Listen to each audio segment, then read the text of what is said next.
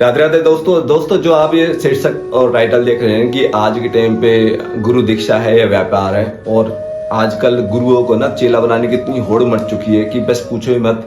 YouTube पे देखो तो इतने बाबा भरे पड़े हैं, ऑनलाइन तो ये दीक्षा भी दे देते हैं, ऑनलाइन गुरु मंत्र दे देते हैं। दोस्तों सबसे पहले हमको ये समझना होगा, देखो मेरा है ना किसी के प्रति दुर्भावना या द्वेष बुद्धि नहीं है, लेकिन सही जागरूक करना भी मेरा एक उद्देश्य है कि मेरा YouTube पे आने का एक ही मतलब है कि मैं किसी भी प्रकार से ना कोई भी जीव अगर गलत रास्ते पे भटक रहा है और उसको अगर सही रास्ते दिखाकर भगवान की तरफ अभिमुख कर दूंगा तो मुझे भगवत कृपा मिलेगी। हर किसी का अपना अपना स्वार्थ है, हम भगवत कृपा गुरु कृपा के अभिलाषी हैं, तो आप लोग गलत गुरु के चक्कर में ना पड़े, इसलिए ये विश्लेषण आपके सामने कर रहा हूँ। सबसे पहले वेदों का सार क्या है?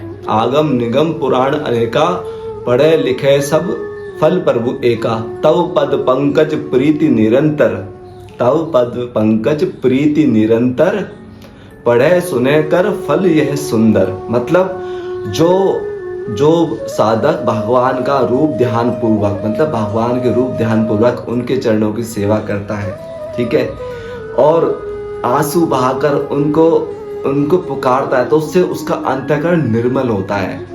अंतःकरण जब तक निर्मल नहीं होगा तब तक जो गुरु वो दीक्षा नहीं देगा। ये नियम है।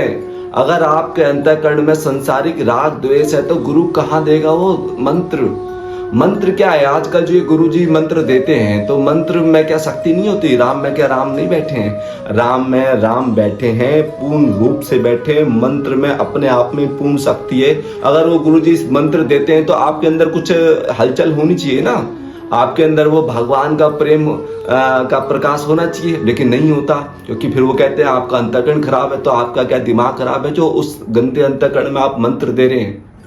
मंत्र में ऑलरेडी ही वो समस्त शक्तियों से विद्यमान होता है। नाम के अंदर नामी की समस्त शक्तियां विद्यमान होती है, लेकिन वो जो गुरु जी दे देते हैं ना मंत्र, वो कहते हैं जी हमारी गुरु परंपरा से आया है। भाई गुरु परंपरा से क्या यशोदा माँ ने कभी कृष्ण कृष्ण कहा था? कनुआ कनुआ ए कनुआ, ये सब पुकारते थे, क्योंकि वहां प्रेम था। भगवान प्रेम से प्रकट होते हैं, और प्रेम एक पावर का नाम है, और वो पावर प्राप्त करने के लिए अंतःकरण का शुद्ध होना जरूरी है। जैसे हमारे घर में जो लाइट है, मैं अभी वीडियो रिकॉर्ड कर रहा हूँ लाइट के सामने, तो लाइट ये फिटिंग है तभी तो। अगर ट्रांसफार्मर से लाइट आपके घर आ जाए और आपके घर में फिटिंग नहीं तो कहाँ आएगी? ऐसे ही गुरु प्रेम देगा तो कहाँ देगा? अंतःकरण तो हमारा मलिन है। अभी छोटे छोटे सुख दुख में तो हमारा दिल फटने हो जाता है, और वो अनंत आनंद प्रेम पावर अगर गुरु देवी देगा तो आपकी हड्डियों का चूरा चूरा तक नहीं मिलेगा। ढूंढने से वो हड्डियों का चूरा चूरा तक नहीं मिलेगा। तो ये आज के टाइम पे गुरुओं को होड़ लगी है ना, इसके कारण उनको दक्षिणा मिलती है, ठीक है, और थोड़ा बहुत वो संसारिक दिखाने के लिए कुछ वृद्धाश्रम भी खोल लेते हैं या कुछ चैरिटेबल ट्रस्ट का कार्य कर लेते हैं, ताकि लोगों को लगे कि बहुत अच्छा कार्य कर रहे हैं। लेकिन अंदरूनी अगर वो आप मिसलीड कर रहे हैं, मिसगाइड कर रहे हैं गुरु दीक्षा के नाम पर, तो आप कहोगे या फिर करे क्या? आपको किसी रसिक महापुरुष को ढूंढना होगा, और आपके ढूंढने से मिलेगा नहीं तो क्या? भगवान को आर्त भाव से पुकार के, प्रभु मुझे रसिक महापुरुष आप मिला दीजिए, तो भगवान आपको कृपा करके कोई ना कोई रसिक महापुरुष से आपको मिला देंगे। वो रसिक महापुरुष भी आपको दीक्षा नहीं देगा, वो आपको शिक्षा देगा, वो आपको उपदेश करेगा कि इस प्रकार से साधना करो, हरि गुरु के अनुकंपा से रोकर भगवान को पुकारो। जब आपका अंतःकरण निर्मल होगा तब वो गुरु वो प्रेम नाम की पावर देगा, तब आपको अनर्थ निवृत्ति, माया निवृत्ति और आनंद प्राप्ति होगी। उससे पहले जी ये जो गुरुओं के चक्कर में पड़ते हैं ना, आज के टाइम पे जो ऑनलाइन यूट्यूब का जमाना है, ठीक है, और थोड़ा थोड़ा वेद शास्त्रों का ज्ञान करके और ज्ञानाभिमानी हो जाते हैं, इसलिए आपस में लड़ते रहते हैं। जैसे अभी एक जया किशोरी जी का एक मैटर था कि इन्होंने बोल दिया था कि जो रजस्वला स्त्री होती है वो शुद्ध होती है ना। तो इस प्रकार से मेरे आपस में लड़ते रहते हैं। क्यों? ज्ञानाभिमान। थोड़ा थोड़ा गीता भागवत कहीं से पढ़ लेते हैं और ज्ञानाभिमान में एक दूसरे की निंदा स्तुति करते रहते हैं। तो जब आपका अंतःकरण निर्मल होगा तभी गुरु आपको गुरु दीक्षा देगा, उससे पहले वो शिक्षा देगा, ठीक है। शिक्षा और दीक्षा में फर्क है।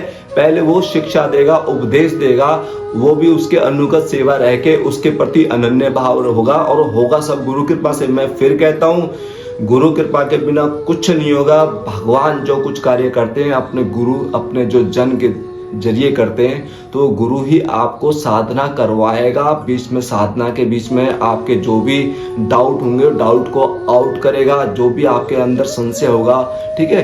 तो उस प्रकार के जो डाउट्स, अब जैसे साधना करते करते बहुत अच्छा कभी कभार आपको लगेगा कि बस भगवान आ गए, लेकिन नहीं।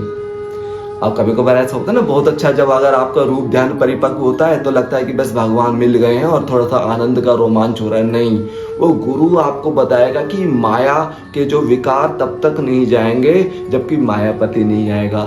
ये काम वासना तब तक नहीं जाएगी जब तक राम या श्याम उपासना नहीं होगी। तो जब आपका अंतःकरण पूर्णतः शुद्ध होगा तब गुरु आपको बिना कहे वो प्रेम पावर देगा स्वरूप शक्ति के जरिए। तब आपकी माया निवृत्ति और भगवत प्राप्ति होगी। आजकल के भगवत प्राप्ति हो जाएगी, भगवत का रसगुल्ला है क्या भाई कि भगवत प्राप्ति हो जाएगी? भगवत प्राप्ति, भगवान को प्राप्त करने के लिए क्या चीज चाहिए? प्रेम।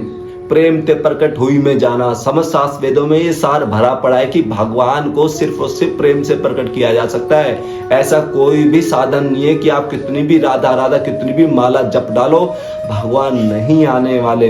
मिले नहीं रघुपति बिनु अनुरागा, किए ज्ञान जोग जप वैरागा। कितने भी साधन कर डालो, भगवान नहीं आने वाले। बिना गुरु अनुकंपा के, बिना गुरु शरणागति के, बिना सतत रूप ध्यान युक्त साधना के वो सिद्धि नहीं होगी, भगवान प्रकट नहीं होने वाले। तो इसका एक ही मतलब है। अच्छा, अब आप कहोगे यार आप में से ना मेरी बातें सुनने के बाद किसी के प्रति आपको दुर्भावना नहीं रखनी, क्योंकि मैं फिर कहता हूं, अगर आपके अंदर इन गुरुओं के प्रति या किसी भी इस प्रकार तथाकथित ऑनलाइन गुरु या यूट्यूब के गुरु, कितने भी गुरु हो, इनके प्रति अगर आपके अंदर दुर्भावना आए तो श्यामा श्याम आपके हृदय से निकल जाएंगे। क्योंकि अगर द्वेष आया तो भी आपके अंतःकरण को वो दूषित करेगा, और उनके प्रति राग आया तो भी आपके अंतःकरण को दूषित करेगा। मेरा सिर्फ और सिर्फ एक ही कहना है कि आपको अवेयर रहना है, आपको सावधान रहना है इस प्रकार के गुरुओं से। क्योंकि हमारे ना प्राचीन संस्कृति में ये रहा है, पहले लोग गुरुओं के पास जाते थे, ठीक है। सबरी जी मतंग ऋषि के आश्रम में, क्योंकि वो चीन जाति से थी, तो उन्होंने सोचा कि यार हमें तो ये अपनाएंगे नहीं, तो वो उनके यहाँ ना छुप छुप के लकड़ियाँ काटती थी, उनकी छुप छुप के सेवा करती थी। तब कभी मतंग ऋषि ने देखा कि यार ये छुप छुप के लकड़ियाँ कौन काटता है। तब गुरु पर परीक्षा लेता है, तितिक्षा होती है, तब गुरु देखता है कि हाँ ये पक्का है। तब वो गुरु के वहाँ वो सबरी मैया सेवा करती थी। और फिर एक समय ऐसा आया कि गुरु उनसे इतने प्रसन्न थे, गुरु ने कहा कि मैं तेरी सेवा से प्रसन्न हूँ। अब मैं ये बातें बता रहा हूँ ना, मेरे अंदर रोमांच हो रहा है, क्योंकि ये गुरु परंपरा ही ऐसा है। गुरु ने कहा कि जब आज मैं तेरी सेवा से प्रसन्न हूँ, तू राम को नहीं ढूंढने के, एक दिन राम तुझे ढूंढते हुए आएंगे। ये है गुरु महिमा। तो गुरु आपको शिक्षा तो देगा कि किस प्रकार से आपको साधना करनी है, साधना के बीच में संभालेगा भी। वास्तविक महापुरुष बता रहा हूं मैं, ये नहीं आपको जो मंत्र दीक्षा देते हैं इनका कहीं कोई लेना देना नहीं है। ये मायाबद्ध हैं, ये हमसे अच्छे इसलिए दिखते हैं क्योंकि ये अच्छी गद्दी पे बैठे हैं या इनको काफ़ी लोग फॉलो करते हैं। ज़्यादा लोग जिसको फॉलो करते हैं या ज़्यादा लोग जिसके चेले हैं, इससे तभी तो फिर बाद में वो कहीं ना कहीं गुफा में मिलते हैं। व्यभिचार या दुराचार का उनका पर्दाफाश होता है, क्योंकि वो मायाबद्ध हैं। एक होते हैं मायातीत जो माया से परे होते हैं, एक होता है मायाधीश जो कि भगवान होता है। तो भगवान को प्राप्त करने वाले जो महापुरुष होते हैं वो मायातीत होते हैं, और हम सब मायाधीन हैं, जिनके अंदर काम क्रोध लोभ मोह अहंकार मद मत्सर्य ये सब भरे पड़े हैं। ये हम लोगों की कैटेगरी है, और जो इनसे पार हो चुका है वो वास्तविक महापुरुष, जिसके पास प्रेम नाम की पावर है। तो बिना प्रेम नाम की पावर के भगवान नहीं प्रकट होने वाले, और वो जब तक आपका अंतःकरण शुद्ध नहीं होगा, गुरु वो आपको देने वाला नहीं है। अगर दे भी दे तो आपका शरीर का चूरा चूरा तक मिलने वाला नहीं है। तो मैंने जो ये विश्लेषण किया है ना, कि ये जो आजकल जो गुरु बने घूम रहे हैं ना, तो इनके प्रति आपकी दुर्भावना भी नहीं होनी चाहिए। मैं फिर कहता हूँ दोस्तों, यही हम मार खा जाते हैं। हम इनके प्रति ना निंदा भाव रख लेते हैं, इनके प्रति दुर्भावना रख लेते हैं। तो भाई दुर्भावना रखोगे तो भी आपका अंतःकरण मलिन होगा। ये ऐसा है, देखा ये वैसा। भाइयों ये नहीं करना है। चुपचाप अलग होके, इन लोगों से उदासीन होके और रसिक महापुरुष होके। अब आप कहोगे कि यार आपकी नजर में कौन है? अब मैं भी कह दूं भाई, मेरे नजर में मेरे गुरु जी हैं।